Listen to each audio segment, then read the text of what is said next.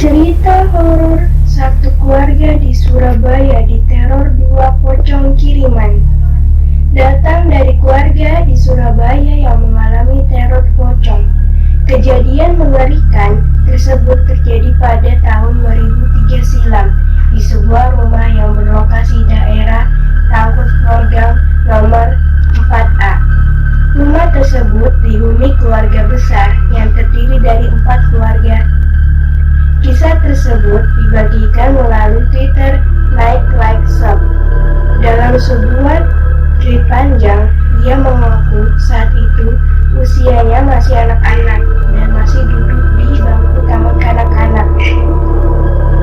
Ia masih ingat betul terjadi horor itu pertama kali muncul saat malam Jumat. Malam itu ia tengah mencari-cari sesuatu yang bisa dimakan dari dalam kulkas. Tiba-tiba, gorden yang berada di sampingnya gerak-gerak sendiri. Hal yang sama pun terjadi pada gorden kaca di ruang tamu. Sesaat kemudian, aroma busuk menyeruak yang entah dari mana sumbernya. Tiba-tiba, ujung gorden sampingku gerak-gerak melembung-lembung, ditambah ada bau busuk dan ada angin lirik kering gitu rasanya.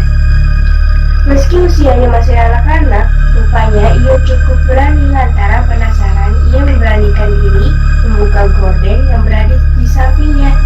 Sesaat kemudian, ia dibuat penampakan pocong di kaca. Ada pocong! Wajahnya hitam dan kosong, tak ada mata, hidung atau mulut. Itu membuatnya benar-benar berinding. Bocah tersebut kemudian berjalan menjauh, mulutnya tercekat, alih-alih berteriak. Sepatah kata pun tak keluar. Ia kemudian balik badan dan jalan menuju kamar sang nenek yang mengalami masalah penglihatan akibat stroke.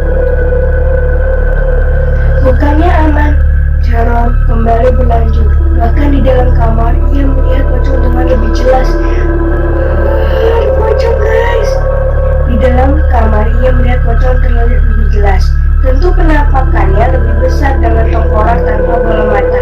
Bahkan sosok tersebut mengeluarkan suara menyeramkan yang menambah kesan mengerikan.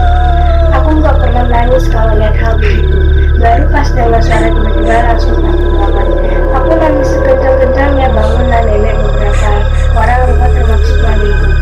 Lanjutnya, setelah beberapa orang datang, sosok pocong tersebut menghilang, lembut dan perlahan seperti kepulan asap. Ia kemudian menceritakan pengalaman tersebut kepada anggota keluarga yang lain. Ia kemudian digendong sang ibu ke kamar. Namun sebelum itu, bocah dan sang ibu ditemani om tante mencoba melacak lokasi pertama pocong muncul. Setelah membuka gorden, sebelumnya rupanya sosok hantu tersebut masih terlihat di cermin. Hal itu membuat mereka kalang kabut kecuali sang ibu. Saat kemudian, sang ibu berlari ke lantai atas. Dia kemudian mengambil sebuah pusaka yang ada disimpan di loteng. Pusaka menyerupai golok tersebut sepasang, masing-masing ujungnya ada kain hitam dan putih.